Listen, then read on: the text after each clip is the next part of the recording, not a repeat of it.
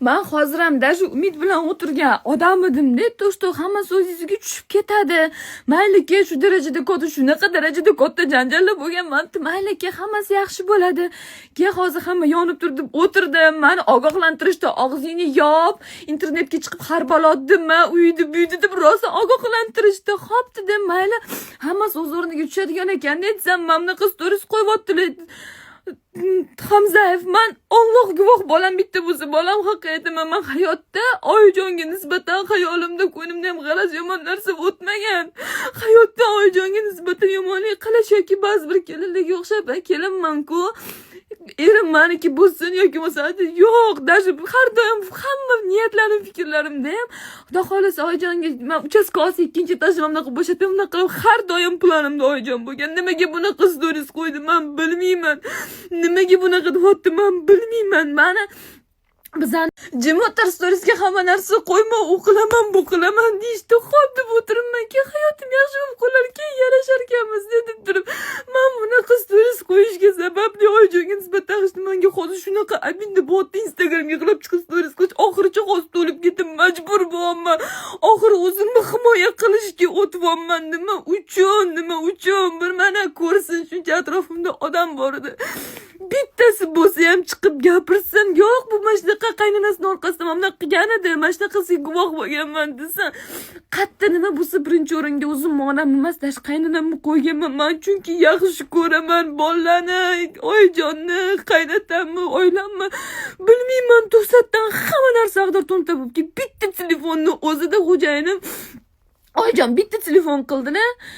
O'sha xo'jayin shunday xohlagan gapini gapirib chiqib ketyapti-da. Men xo'jayinim xarakteri juda tez, buni hamma biladi. Xo'jayinning xarakteri juda tez, buni hamma biladi. Sanlarsiga lovullab ketishini hamma biladi.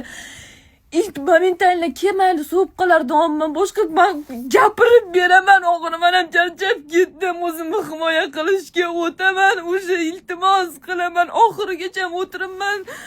Kep qoladi, kemayli, taloq tushmadi-ku. Faqat javob deb chiqib ketdi-ku deb o'tiribman, kutib, Xudo haqqi. 15 kunda kelin olaman, 15 kunda xotin olaman, bir oyda qiz bolasiga uylanaman. Ana kelin kelyapti, ana xotin kelyapti, ana topdik, ana Hilola, ana Sirdaryoda o'tirishdi, odam ichini kuydirib gap yetkazib indamay o'tiribman. Yaxshi ko'rib turmush qurdim, menga abidimnaqa dilim chiqib olib turib yig'lab gapirish, hamma narsani yaxshi qilib ko'rsatib keldim yashash davomida. Oxirida chiqib turib bunaqa deyish menga ham abidni bo'lyapti.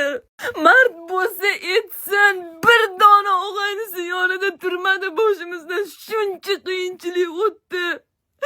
Shuncha ish qilganimizda bitta odam keltirib labbay, nima xizmat yoki nima bo'ldi, ne qiynalyapsizlar demadi. Internetda hammasini yaxshi ko'rsatdim, chunki men yoqtiravermayman, chiqtirmayman molani gapirishni, hamma narsani yaxshi. Bu yoqda stroykani boshqa shuncha qiyinchilik o'tganda bir dona og'aynisi kelib turib labbay deb xizmatda turmadi yoki nima bo'lyapti demadi. Bir dona. Qanaqa kunlarga tushib qoldik, qanaqa qiyinchiliklarga tushib qoldik, qancha narsa boshimdan o'tdi. Ben yashagim kelyapti, tushunasizlarmi?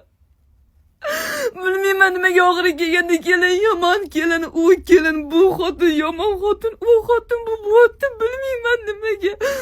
Juda ko'p narsada jim o'tiribman. Men ham odamman, oxiri himoya so'rashga majbur bo'laman, himoyaga muhtoj bo'lishga. Hamma nedirki hamma erimni qarindoshlari hamma shunaqa deyapti ekan, mushtoshda artist deb bu mana aytganimizdek bo'ldi, o'zini oqlab oldi.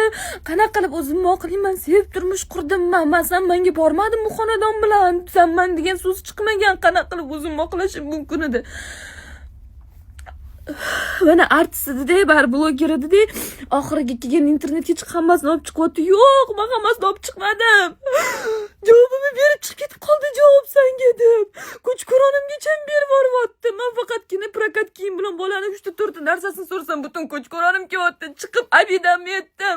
Shuncha proyekt qilyotgandik, hammasi buzladi, bizning orzuyimizni dedim.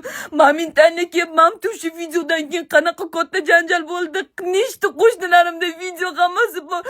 Nimaga bu narsalarni gapirishmayapti? Nimaga kelinni yomon deyishyapti? Sen qarindoshlarimga qilsan, uydi, prosta men qarindoshligi qilmadim. O'sha o'zim ishongan xolalarimga, o'sha o'zim ishongan Hamzotiga, Kotonaga qildim. Nimaga yarashtirib qo'ydi? Yashagim kotin bo'layotgani uchun men oilamizga to'satdan kechikuni sekin qilib o'tirgan er-xotin ertalab ajrimda turibdi, qanaqasiga deb bunday bir kun oldin musiki qilgan, undan oldin sushi prikol qilib stories qo'yib o'tirgan er-xotin to'satdan ertasi kuni ertalab ajrimda turibdi. To'satdan chiqmasizlarmi? Men prosta najot so'rabdi, chunki meni hech kim eshitmayapti u xonadonda, faqat baqirishyapti, faqat ayblashyapti. Men faqat najot so'rab telefon qildim. Iltimos, kelinglar, yarashtirib qo'yinglar. Iltimos, men yashagim kelyapti. Iltimos, olib borib qo'ying, qanaqa qilib etinglar. Men o'sha sostoyaniyam bor-ku, kelmaydi deb og'ir bosiq tishimni qo'yib, даже yig'lamasdan ichimga yutib o'tiribman. Men bunaqa stories qo'yishyapti, qanaqa qilib? Menga hozir direktimga shunaqa negativ to'lib ketgan, eringiz mana stories qo'ydi. Siz qaynonangizni hurmat qilib yashang. Voy bolam bitta bo'lsa shu bolam haqqi, men hayotda отдельно yashaymiz. Oyijon ortiqchalik qilyapti yoki oyijon kim 3 xonali domda juda ahil inoq yashayotgan odam edik. Ben umuman hech qachon даже onamga ham otamga ham kelib turib, oyi, ada, mana shunaqa muammo bo'lyapti deb shunaqa deyishdi demaganman. Oyim bilan adamdash kuch ko'ronimni, kiyimlarim kelganda ham hech nima bilmay o'tirishdi. Erim bilan urushib qoldim, jahl qoldim, narsam yozib turib, bilasizku, xarakterlar tezligini men ketaman, kechikmaydi o'tirgan odam edim. Men ota-onamga hayotda dardimni aytmagan. Men hayotda kelib turib ota-onamga mana bunaqa bo'ldi, shu narsa ham hozir sabab bo'lyapti. Ben bilmayman o'zi nima deyishi oxiri bor-ku, yo'q, hamma narsani ochiq oydin olib chiqib turib, butun aybim bormi, gapim hammasini yoki o'zim bo'ynimga olib aytaman hamma narsasi isbot bilan, yoki men himoya so'rashga majbur bo'laman. Hatto bu bolam borligi hech kimni ko'ziga ko'rinmadi-da, hatto bu bolam borligi. Sitim qochib ketgan siqilurganimdan menga bitta bo'lyapti. Qanaqa qilib men sevib turmush qurdim. Men qancha kurashdim, qancha talashdim. Qancha qizlar bilan qancha to'polonlar bo'lgan, gapirsam mard bo'lsa hammasi bir og'iz chiqib, nimaga bu narsalarni meni ayblashyapti? Men oyijonga nisbatan bu narsa qilmaganman. Bitta video bilan butun hamma narsada aybdor qilib qo'yishyapti. Как это так? Ozgina vijdon bormi? Hatto bu bolam borligi hech kimni ko'ziga ko'rinmadi-da, hatto bu bolam borligi. Sitim qochib ketgan siqilurganimdan menga bitta bo'lyapti. Qanaqa qilib men sevib turmush qurdim. Men qancha kurashdim, qancha talashdim. Qancha qizlar bilan qancha to'polonlar bo'lgan, gapirsam mard bo'lsa hammasi bir og'iz chiqib, nimaga bu narsalarni meni ayblashyapti?